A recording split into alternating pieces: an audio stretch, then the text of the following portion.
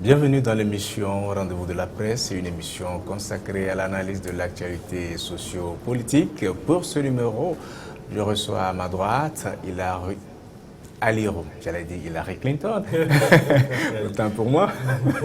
À ma droite, Alirou Tchakala, il est directeur de publication de l'hebdomadaire Le Courrier de la République. Alirou, bienvenue à vous. Oui, bonjour, bonjour à toutes et à tous, et je souhaite que cette émission soit productive et qu'elle apporte quelque chose de neuf à tous ceux-là qui nous suivent. Merci Alirou. À ma gauche, nous avons Ildefonse Akpaki. Ildefonse est directeur du site d'information La Gazette du Togo. Ildefonse, bienvenue à vous. Merci. Eh bien, après la célébration du 27 avril par les Togolais, une fête célébrée bien évidemment dans la désunion par la classe politique togolaise, après également le 1er mai, fête des travailleurs, les activités ont repris pas mal au Togo, sur l'ensemble du territoire national. Eh bien, à un niveau de l'actualité nationale, surtout de la société politique, nous avons pu interviewer Gilles-Christ Olympio, leader de l'Union des forces de changement, qui s'est prononcé sur la question du chef de file de l'opposition qui accourt actuellement au Togo. Voici son élément de réponse. Merci, c'est une très bonne question. D'abord, sur le plan purement intellectuel, qu'est-ce que nous appelons opposition au Togo? Nous avons 109 partis politiques. Dans le Grand Ghana, 5 fois notre taille. Ils se sont regroupés, ils en ont 2. Nous avons 109. Et de ces 109, il y en a qui sont dans le gouvernement, il y en a d'autres qui ne le sont pas.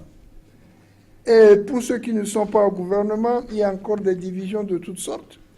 On vient de nommer quelqu'un chef de l'opposition. On ne sait pas à quoi ça correspond dans la réalité. Le jour où on les a nommé le chef, il y a 5 autres qui se sont présentés pour dire qu'ils sont les vrais gagnants des élections. Ils sont entre eux. On n'était pas présent aux discussions aux membres de cette association. Deuxièmement, quand le chef de l'opposition a été nommé, est-ce que c'est confiné juste au Parlement, aux activités du Parlement, ou bien les gens qui ne sont pas tout à fait d'accord avec le gouvernement? Vous savez, dans politique, il est presque rare d'être 100% en désaccord avec le gouvernement et 100% en accord. Nous sommes dans le gouvernement, mais sur certains points, on n'est pas du tout d'accord. Mais ceci ne veut pas dire que nous devons claquer la porte et sortir du gouvernement. Alors, pour cette même raison, je crois que nous devons revoir notre notion d'opposition. Gilles-Christ Olympio, leader de l'Union des forces de changement UFC, qui se prononçait sur le rôle du chef de l'opposition. Eh bien, pour vous, à quoi correspond le chef de file de l'opposition, Ildefonse Akpaki? Oui, mais j'ai pris tout mon temps à écouter M. Gilles-Christ Olympio se prononcer sur la question de... Et lui, il a parlé de nomination d'un chef de file de l'opposition. Je ne suis pas d'avis avec M. Gilles-Christ Olympio parce que la loi portant statut de l'opposition togolaise, quand vous faites la lecture de cette loi-là, vous saurez qu'il n'est pas question de nomination, puisque la loi que j'ai en face de moi dit, en son article 24, je crois bien, dont je fais la lecture, je cite, « Le chef de file de l'opposition est le premier responsable du parti politique appartenant à l'opposition au sens de l'article 2 ci-dessus, ayant le plus grand nombre de députés à l'Assemblée nationale. En cas d'égalité de sièges, le chef de file de l'opposition est le premier responsable du parti ayant obtenu le plus grand nombre de suffrages lors des dernières élections législatives. Le chef de file de l'opposition n'est pas nécessairement membre du Parlement. » Vous voulez dire que de facto, de droit, le chef de file de l'opposition revient à Jean-Pierre Fabre, qui a le plus grand nombre de députés à l'Assemblée nationale grâce à son parti ANC. Je crois que nous sommes dans la réalité des choses, parce que quand on fait un tour au Parlement, quand vous voyez la configuration qu'a le Parlement togolais, rien ne dit aujourd'hui le contraire de ce que je viens de dire. Tout à l'heure, en prenant comme témoin cette loi-là qui a été votée avant même les élections législatives de 2013. Et puis, ce qui m'a encore fait froid dans le dos, ce sont les arguments de M. Gilchrist Olympio par rapport au titre d'opposition. Quand il dit que, en prenant l'exemple du Ghana, quand il dit que ailleurs, il y a des partis politiques qui sont membres du gouvernement et à la fois de l'opposition. Ce qui me dérange et qui fait que d'habitude j'ai cette intention de dire que c'est une incongruité, c'est que vous ne pouvez pas partager le secret gouvernemental avec quelqu'un et vous opposer à lui. Autrement dit, nous ne pouvons pas appartenir à un même cercle et qu'on soit arrivé à une réunion où des décisions doivent être prises. Moralement, vous participez. Moralement, ce n'est peut-être pas évident, mais politiquement... Non, je ne suis pas d'accord. Quand on parle du secret gouvernemental, je ne suis pas d'accord. Gardez le fil de votre idée, Ildefonse. Alirou, Tchakala. Je crois que nous n'allons pas passer notre vie à disserter autour de cette question. Évidemment. Du fil de l'opposition. Oui. C'est plus qu'une évidence qu'aujourd'hui, c'est Jean-Pierre Fabre qui est le chef de file de l'opposition au regard de ce que nous savons, au regard de la loi. Il est le parti majoritaire par rapport à l'opposition au niveau du Parlement. Donc c'est quelque chose qui est acquis, ce n'est pas une faveur qu'on lui a faite, mais c'est une évidence. Nous n'allons pas revenir là-dessus, non, c'est faire preuve de mauvaise foi par rapport aux lois que nous-mêmes nous votons, par rapport aux lois même que nous dotons à notre pays. Donc je crois que c'est malsain de revenir à quelque chose qui sonne comme une évidence. Aujourd'hui, que les gens le veuillent ou pas, Jean-Pierre Fabre, c'est le chef de file de l'opposition. C'est vrai, entre-temps, cette loi-là a été taillée sur mesure, pensant que c'est quelqu'un qui ferait la différence. Ces gens-là s'y connaissent. Mais aujourd'hui, sur le terrain, la chose a été autrement. Et qu'ils acceptent que celui-là qui a gagné proprement et qui assume, c'est Jean-Pierre Fabre, c'est lui le chef de l'opposition. Il n'a pas été nommé, c'est au regard du nombre de voix qu'il a obtenu que cela lui vient de droit. Donc quand j'entends le leader de l'UFC dire que non, quelqu'un a été nommé, non, il n'a pas été nommé. Il n'a pas été nommé. Il a été nommé par qui? C'est quelqu'un qui a entériné cela, faisant de Gilles Christ, faisant de Jean-Pierre Fabre le chef de file de l'opposition. C'est vrai, c'est contesté au sein de l'opposition, mais on le fait par humeur que par sérieux. Mais s'agissant un peu de la pléthore de partis politiques dont notre pays regorge, la faute est à qui? À ces gens-là qui n'ont pas répondu aux attentes du peuple. Entre-temps, qu'est-ce que Gilles Christ a proposé pour fédérer autour de son parti toutes les autres forces de l'opposition? Rien. Entre-temps, on s'était versé dans le dénigrement, on pensait qu'on avait on disposait du titre foncier de toute l'opposition, mais certains ont dit que non, mais ça ne saurait être comme ça.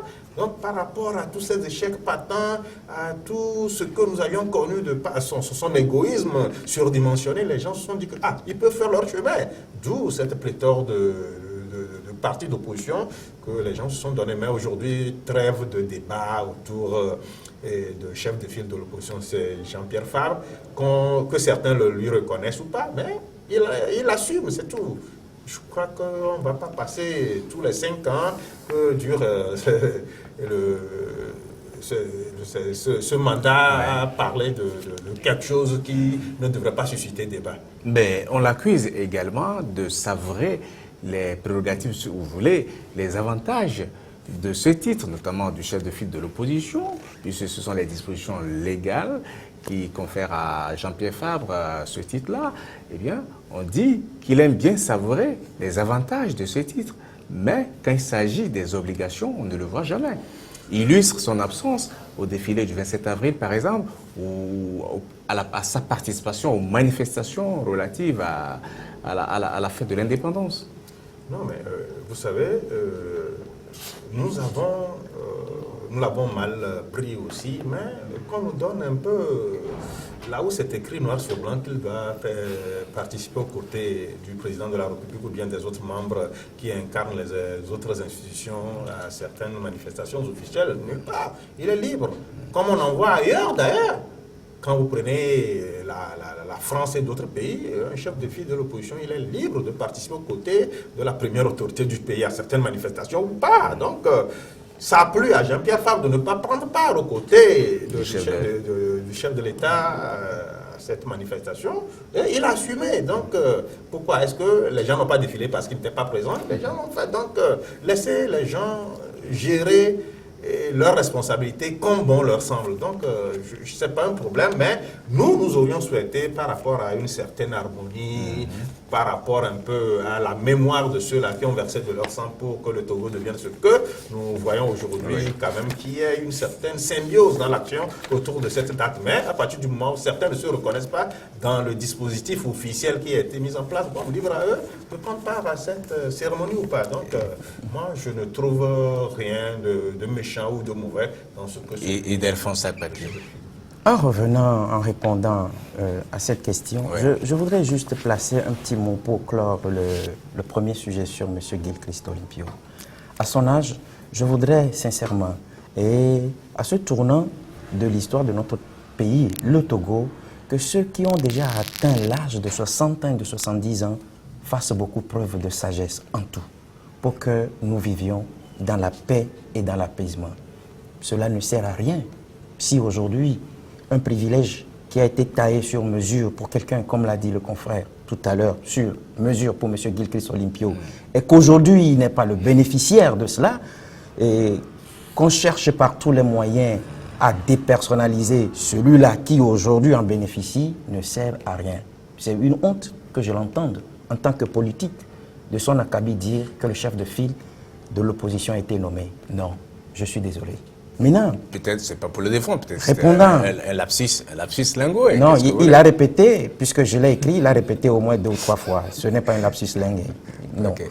Répondant à votre question, vous savez que c'est ce problème de participation du chef de file de l'opposition à la manifestation ou bien la célébration du 56e anniversaire du Togo à la souveraineté internationale.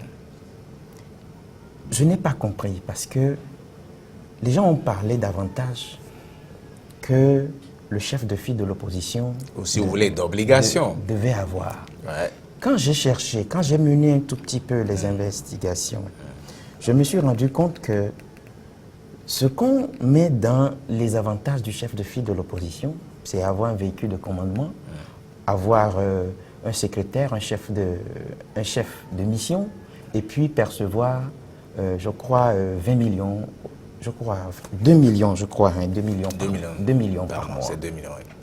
2 millions par mois. Ça, ce sont les avantages. Je crois que c'est tout ce qu'on appelle avantage. Face aux avantages, il y a les obligations. Les obligations, je suis désolé, comme mon ami l'a dit tout à l'heure, qu'on n'a pas mis noir sur blanc que le chef de file de l'opposition est tenu d'être présent chaque fois qu'il y ait ce genre de manifestations publiques. Mais, se prenant comme citoyen d'un État et responsable, chef de file de l'opposition, il peut, s'il le veut, le faire.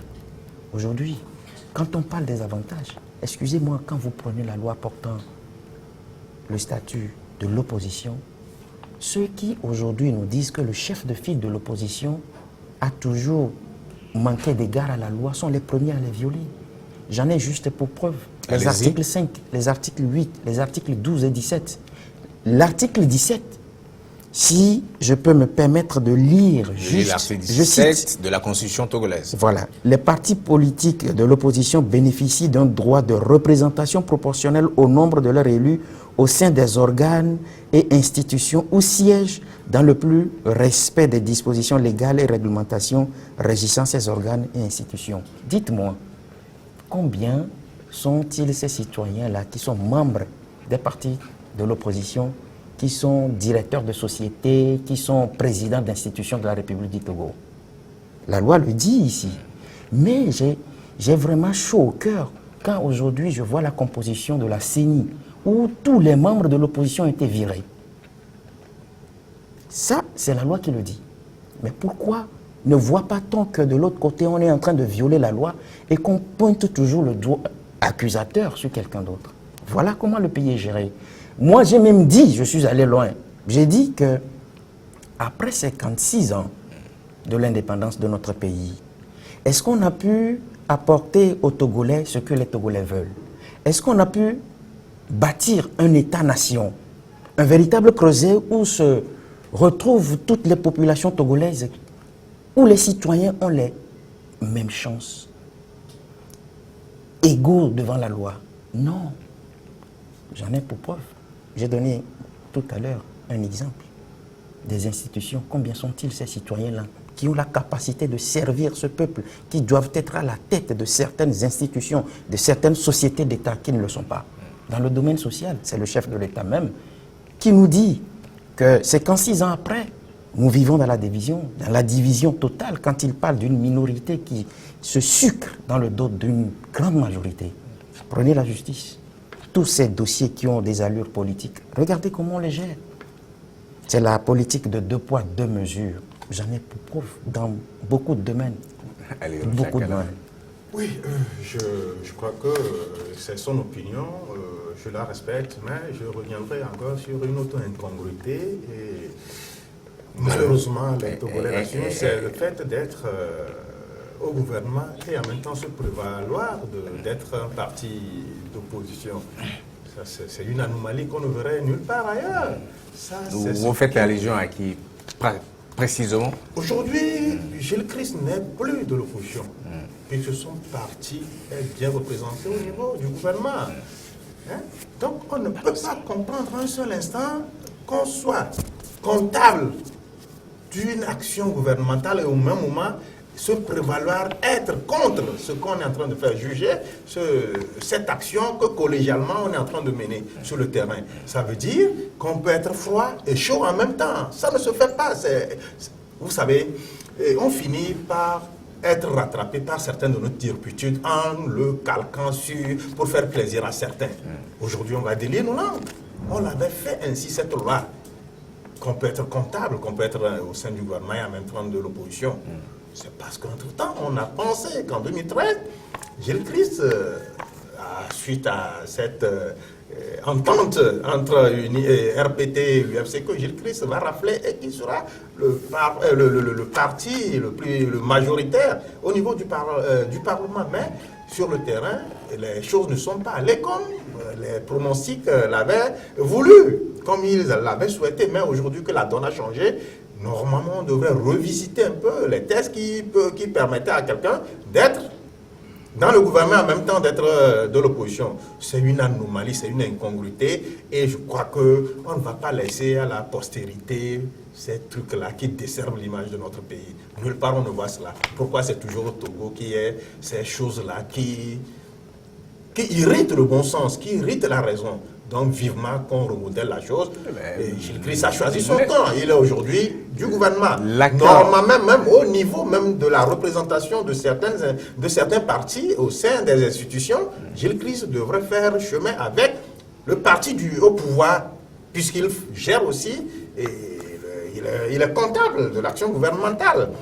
Et les autres, ils sont de l'opposition, sont reconnus comme tels. Quelque part, l'accord RPT, UNIR et UFC aurait participé à la décrispation de la crise sociopolitique au Togo, d'une manière ou d'une autre. Aujourd'hui, s'il m'est donné de faire une analyse, qu'est-ce que le pays, qu'est-ce que nos citoyens avions gagné de cet accord, je dirais rien. Cet accord est venu seulement soigner l'embonpoint de certains, c'est tout. Aujourd'hui, Gilles Christ, il a gagné par rapport à cet accord. Le président Faure a aussi gagné, mais nous, la masse, la majorité silencieuse, qu'est-ce qu'elle a gagné de cet accord? Vous voulez parler de la population togolaise? Bon, certains diront qu'ils ont gagné, mais moi, personnellement, et tous ceux-là qui sont autour de moi n'ont rien gagné de cet accord. Cet accord, on n'aurait pas signé que, bon, peut-être que le Togo se serait mieux porté que ce que chose. Certains aujourd'hui, s'ils disent que l'accord là a donné la chance au pays de s'ouvrir, oui. C'est vrai, le pays s'est ouvert. Mais les dividendes de cette ouverture, moi, je ne me retrouve pas dedans. Je ne me retrouve pas dedans.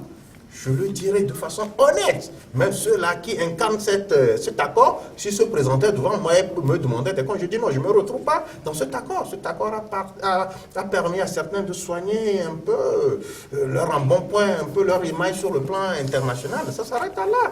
Moi, personnellement, je ne me sens pas lié. Cet accord même est désuet. Il faut plus même que certaines choses-là, on se réfère à cet accord, parce que cet accord n'a rien donné de concret à notre pays. Vous partagez l'avis d'Aliro Chakala, parce que je vous vois secouer la tête, là, Oui, mais je suis tout à fait d'accord avec lui, mais il reste à savoir, comme il a dit, qu'est-ce que cet accord FPT-UFC a apporté de concret, de bon, de bien aux Togolais, à ces 6 millions de Togolais que nous sommes. Si ce n'est une minorité qui en profite, comme le chef de l'État lui-même nous l'a dit, aujourd'hui, je suis à même de dire que l'histoire va nous rattraper, comme l'a dit Chakala. C'est dans ce pays qu'on était quand Hillary Clinton est arrivée. Mais j'ai été très scandalisé d'entendre M. Gilchrist dire en anglais « I'm in second, je suis le vice-président ». Tout comme si dans la constitution du Togo, il y a ce poste-là qui a été érigé. Qu'est-ce qu'il nous apprend à son âge aujourd'hui? Qu'est-ce qu'il laisse comme héritage à cette génération future? Si tant est qu'on doit jouer au roseau, c'est-à-dire que quand il souffle le vent, il faut qu'on se penche d'un côté et quand le vent cesse de souffler, qu'on se remet debout. C'est quoi cet héritage-là? Non, je crois que je ne me trompe pas. Hein. Je crois bien que les Togolais l'ont écouté. Et aujourd'hui, je suis vraiment peiné de l'entendre dire certaines choses. Et quand il donne même l'exemple du Ghana, reste encore à vérifier. Reste à vérifier. Je crois que il y a lieu, comme l'a dit Chakala, il y a lieu de repenser ce pays. De faire de ce pays, comme je viens de le dire, un État-nation. État-nation où se retrouvent toutes les populations, c'est-à-dire créer un véritable creuset où nous aurons tous des chances égales.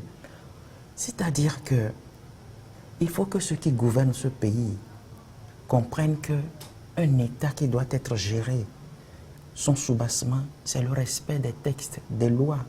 Je suis aussi peiné qu'on dise à M. Jean-Pierre Fabre qu'il ne respecte pas la loi, et que la même loi qui, surtout, est une loi fondamentale, fait obligation au chef de l'État, en son article 74, de présenter l'état de la nation devant les députés. Combien de fois l'a-t-il fait durant ces 2 quinquennats et aujourd'hui, entamant un 3e quinquennat? Combien l'a-t-il fait? Il faut qu'on sache que nous sommes véritablement dirigés par des gens qui ont le sens et le respect des textes. Si vous n'êtes pas un bon exemple, le pays ira mal. C'est parce que vous gérez mal que les autres font mal. Si les premiers dirigeants de ce pays respectaient à la lettre les textes qui régissent l'État togolais, je suis sûr qu'il n'y aurait pas, surtout dans les arcanes politiques, un responsable politique qui enfreindrait à la loi de la République. Maintenant, venons-en aux exemples. Allez-y. Pourquoi le chef de l'État, quand il veut lutter contre la corruption, ne donne pas l'exemple en déclarant ses avoirs et biens?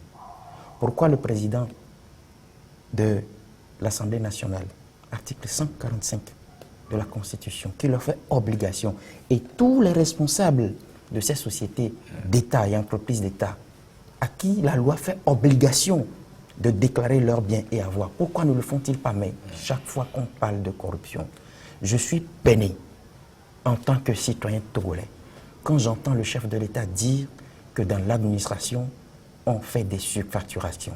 Je suis très peiné parce que devant la loi fondamentale togolaise, il est le seul détenteur de tous les pouvoirs. Pourquoi n'agit-il pas pour corriger ça? Vous savez, la dernière lettre épiscopale des évêques en a fait mention. Si nous voulons vivre ensemble, il faut que la justice soit. Si nous voulons vivre ensemble, il faudrait que ceux qui ont la manette de ce pays donnent le bon exemple. Le rapport du département d'État américain en a fait cas également.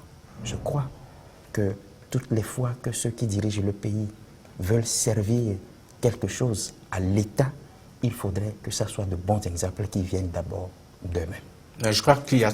Ouais, vous voulez apporter posez des positions. Je crois qu'il y a un début à toute chose, ce que pense relater Gilles-Christ Olympio tout à l'heure. D'ailleurs, il s'emballait de revers de la main. Toutes vos argumentations, je vous propose de l'écouter dans cet élément. Et nous avons signé cet accord dans des conditions difficiles. Beaucoup d'entre nous, certainement moi, nous avons eu 40 ans de lutte pour changer ce pays. Beaucoup de nos aînés sont partis, morts. D'autres qui ont quitté le pays en 40 ans. D'accord, on a signé cet accord. Ce n'est pas un accord que tout le monde considère populaire. Il y en a qui l'ont rejeté, il y en a qui ont accepté. Mais dans l'ensemble, on a fait un petit progrès. Je peux vous donner des exemples, des milliers par exemple. J'ai passé personnellement entre 25 et 30 ans d'exil. On ne revenait plus au Togo, on venait jusqu'à Aplaou et puis on repartait. Le pays était sous la férule d'un monsieur retraité de l'armée coloniale française et qui gouvernait le pays avec un main de fer. On a eu à un moment entre 25 et 45 000 réfugiés togolais au Ghana à côté, 15 à 16 000 au Dahomey, devenu Bénin. Au nord, Burkina, n'en parlons pas, en Côte d'Ivoire et en Europe. Ça s'est beaucoup calmé. Et nous croyons qu'un petit pas a été fait. Si je considère ce que j'ai lu dans les rapports de la Banque mondiale, du Fonds monétaire, de l'Union européenne et de nos propres journalistes, la gestion administrative quotidienne du pays n'est pas trop mauvaise comparée aux pays voisins. Et je crois que nous devons travailler dans ce sens pour l'améliorer davantage. Conclusion, c'est que cet accord a été signé. Nous sommes fiers de l'avoir signé. Ce que nous devons faire, c'est de travailler pour que ce qui est contenu dans cet accord soit respecté et exécuté selon la volonté des gens qui ont signé. Et je crois que ça commence à aller très bien dans le bon sens.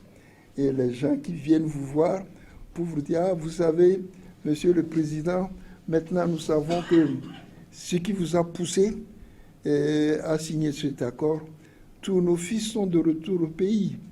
Vous savez, on a eu même une réunion de la diaspora la dernière fois à Lomé. Mais l'Europe, l'Amérique, c'est plein de Togolais. Il y en a très qualifiés qui n'osaient même pas rentrer au pays. Maintenant, ça va. Maintenant, ça va au Togo. Déclaration, en substance bien évidemment, de Gilles-Christ Olympio. Aliro Tchakala, directeur de publication du Courrier de la République. La République. Gilles-Christ aurait dit le contraire de ça va, que ça m'aurait étonné. Ça va parce qu'il se retrouve dans cet accord. Il tire tout ce que cela lui rapporte comme bénéfice de cet accord. Là, je crois qu'il parle de sa propre personne. Moi, je trouve indécent quand même que sur 6 millions d'entre nous sommes et qu'il prenne sa toute petite personne et qu'il tente de l'amplifier comme si c'était lui, Gilles-Christ, si c'était les 6 millions. Grâce à cet accord, d'autres Togolais de la diaspora sont rentrés au pays. Arrêtez de choses. Et ceux qui se retrouvaient de l'autre côté des frontières, c'est lui. C'est lui qui a créé tout cela. C'est pas quelqu'un. Il parle d'un général de l'armée coloniale à retraite. C'est lui qui a créé tout ça. C'est trop facile. Probablement qu'il voulait parler du général Yadéman. C'est trop facile qu'on ait fait des veuves, des orphelins, des veufs, qu'on ait fait tant de mal à ce pays, un beau matin, on décide de signer un accord comme ça et qu'on pense que c'est facile. Non, moi, j'estime que c'est méchant. Quand certaines fois il essaie de jeter le poivre sur feu général, moi je trouve que c'est indécent. Aujourd'hui, toutes les meurtrissures que les Togolais avaient vécues, mais c'est lui. Il fait partie de ces vecteurs-là qui avaient créé tout ce mal-là pour le Togo.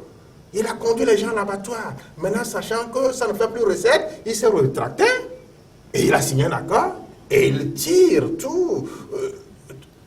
toute la substance de cet accord. Il pense que c'est tous les Togolais qui vivent la même chose que lui. Non, absolument pas. C'est indécent. Mais aujourd'hui, je me dis, est-ce qu'ils se sont donné cette élégance de revisiter l'accord, de faire un état des lieux de cet accord depuis qu'on l'a signé en mai 2011, je m'abuse. Oui, en mai 2011. Est-ce qu'on a revisité l'accord en prenant une certaine hauteur? Non, pas du tout. C'est à des occasions spéciales quand on donne le micro et on braque la caméra sur certains, que certains deviennent volubiles et disent tout le bien qu'ils pensent de cet accord. Qu'ils n'ont qu'à aller dans le Togo profond, voir qu'est-ce que cet accord a changé. Moi, chez moi, personnellement, cet accord n'a rien apporté à ma population. Et moi qui suis même à la capitale, cet accord, je ne me retrouve pas dedans. Je ne me retrouve pas dedans. Et d'Alphonse, peut-être, merci, peut-être sans cet accord, le Togo serait à feu et à sang, peut-être. Je n'ai jamais cru qu'il était aussi cynique, M. Gilchrist Olympio. Je ne croyais pas, sincèrement. En l'entendre parler tout à l'heure, j'ai été très éberlué.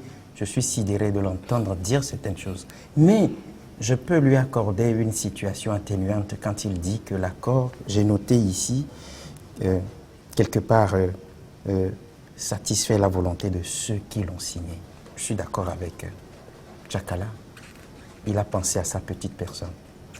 Et ce qui me dérange aujourd'hui, qui me fait amener les larmes dans les yeux, c'est cette population-là qui se massait tout au long de son cortège de Aflao jusqu'à Ablogame. Beaucoup d'entre eux aujourd'hui ont perdu la vie à cause de lui. Ceux qui disent que M. Gilchrist a sapé la lutte ont aujourd'hui raison. Ils ont raison parce que quand j'entends M. Gilchrist dire qu'au Togo maintenant ça va, il a oublié que les 2 derniers rapports du FMI n'ont pas été du tout tendres avec le pouvoir en place. Et qui parle aujourd'hui du pouvoir en place, M. Gilchrist est comptable là-dedans. Puisqu'il a parlé des institutions internationales, des institutions financières, je lui rafraîchis la mémoire en le renvoyant aux 2 derniers rapports du FMI et de la Banque mondiale. Je voudrais ensuite dire que c'est aussi cynique de sa part de dire que le Togo va bien.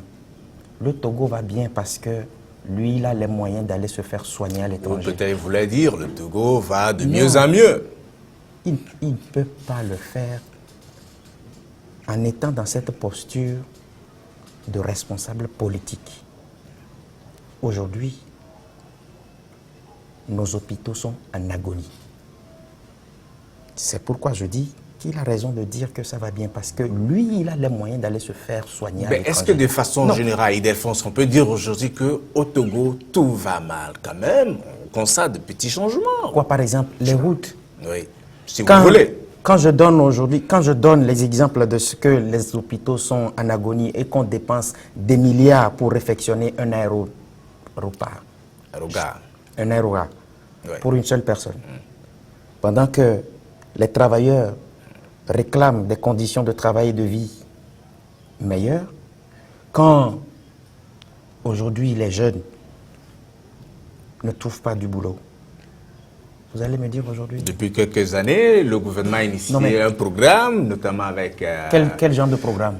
Au niveau de l'Agence nationale de volontariat, où des jeunes sont recrutés pour tenter l'expérience professionnelle. Oui, l'expérience professionnelle. Au niveau de l'ANPE, par exemple. Ce qui me dérange, en tant qu'investigateur aujourd'hui, c'est que j'étais en train de faire des investigations sur le taux de chômage de la jeunesse togolaise. Parce que la population togolaise est majoritairement jeune. Oui. Nous n'en avons pas trouvé jusqu'aujourd'hui. En 2011, le taux de chômage était à 28,6%. Mais jusqu'aujourd'hui, où tu me parles de NPE, Agence nationale. je vous dis que nous sommes allés loin, demandant qu'on nous donne maintenant, puisque ce que vous me dites a rapport à ce que les gens sont en train de faire des efforts. Il faut que ces efforts-là soient concrétisés par des chiffres. Sur le terrain, vous voulez dire? Sur le terrain. Si je m'en dites-le moi. Vous avez commencé par créer de l'emploi aux jeunes. En 2011, on savait que le taux de chômage était à 28,6%. Mais aujourd'hui, que vous avez commencé par faire les efforts, pourquoi n'arrivons-nous pas à avoir les chiffres pour faire la comparaison et vous délivrer un satisfait? Vous encouragez. Pourquoi? Je vous dis que... Et puisque vous vous interrogez, je vais vous donner la parole tout à l'heure à Lirou, dites-nous ce qu'il en est du quotidien vital, au moins, une idée. Mais j'ai dit tout à l'heure que la population togolaise est majoritairement jeune et ils sont des milliers qui sont aujourd'hui sous-emploi. Ça dit que je ne sais pas comment le dire, je ne sais pas comment tout ça là est géré. L'argent, les richesses du pays, je ne sais pas. Alirou Tchakala. Non, s'agissant de la construction de l'aérogare de N'Djougou, je crois que le développement ne doit pas s'arrêter. Moi, je ne suis pas de ceux-là qui voient du mauvais œil ce qui est entrepris de ce côté-là, la construction des infrastructures routières et tout ça. Tout est prioritaire au point que, bon, il faut tout faire à la fois. On ne peut pas mettre en berne certains aspects de notre développement au profit d'autres. C'est vrai, on va aller. La dernière fois, ce qui est arrivé à la Belgique, quand l'aéroport a été victime d'attaques terroristes, c'est parce qu'ils disposaient d'autres aéroports qu'ils ont pu gérer le flux des voyages que nous avions connus aujourd'hui. On ne va pas nous dire que c'est pour l'instant, on pense que c'est pour le voyage d'une personne, bien de sa famille. Avec le temps, on verra le besoin, la nécessité de cet aérogare. Mais seulement ce qu'on peut demander, c'est que, par exemple, quand on prend le côté santé, tout ça là, c'est de continuer à maximiser notre plus grand hôpital. Le CHU Sylvanus Olympio. C'est anachronique, ça ne répond plus aux besoins actuels de nos problèmes de santé. C'est anachronique. Nulle part vous ne verrez cela. Quand vous allez à côté, à Soga-Kopé, l'hôpital de Soga-Kopé, qui est une banlieue à côté au Ghana, dépasse de très loin nos deux CHU, que ce soit le CHU Campus ou le CHU. Donc on va demander que l'État, le gouvernement mette l'accent à nous construire. C'est que la délocalisation même de cet hôpital là-bas s'impose. Vous voyez un peu, ça s'impose. Il faut construire de nouvelles infrastructures, c'est vrai. Nous ne sommes pas nantis au même niveau pour que quand on a un petit problème, même si c'est une dent qu'on veut nous arracher, qu'on s'achète un billet pour aller. On va encourager cela au niveau même des établissements scolaires. Quand vous longez un peu la nationale, vous verrez un peu. Les gens continuent toujours par étudier sous des paillotes de fortune. Et imaginez-vous en armatant ce que nos jeunes frères en Dieu. Ne pas dire nos enfants. Nos enfants. Évidemment. Donc, il faudrait absolument que le gouvernement mette l'accent sur ces infrastructures sociales. En n'oubliant pas, bien entendu, les réalisations telles les infrastructures routières, les aéroports, les aérogares, et puis, bien entendu, les hôtels de grand standing. On ne peut pas dissocier tout cela. Ça doit aller de pair. Je voudrais juste placer un petit mot. Oui. Moi, je suis un peu dérangé quand je vais me faire soigner au CHU Togo parce que je n'ai pas les moyens d'aller à l'étranger. Et qu'on me prescrit du coton. Alors que le coton, l'hôpital est obligé d'en acheter, doit l'avoir pour les soins. Mais je suis dérangé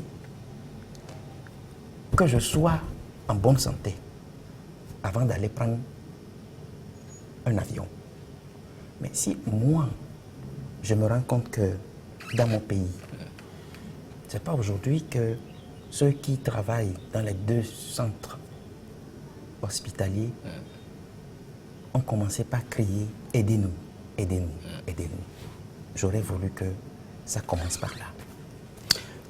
Presque la fin de cette émission, un mot, Alirou Tchakala. On n'en finira jamais. Bon, c'est redondant, c'est le même refrain que nous fredonnons sur le plan social. Je crois que qu'on soit de tel ou tel bord, qu'on soit de telle classe sociale ou pas, ça nous incombe tous. On doit faire en sorte de relever ce défi, celui de la construction des hôpitaux, des salles, des bâtiments scolaires pour que demain, notre futur soit garanti. Ildefonse, Akpaki? Je crois que nous avons tout dit. Il revient à ceux qui dirigent ce pays de faire en sorte que tous les Togolais aient les chances égales. Mesdames et messieurs, c'est donc la fin de cette émission. Merci de nous avoir suivis. Nous étions en compagnie de Alirou Tchakala. À ma droite, il est directeur de publication de l'hebdomadaire Courrier de la République. Alirou Tchakala, merci. Non, merci à toi aussi. À ma gauche,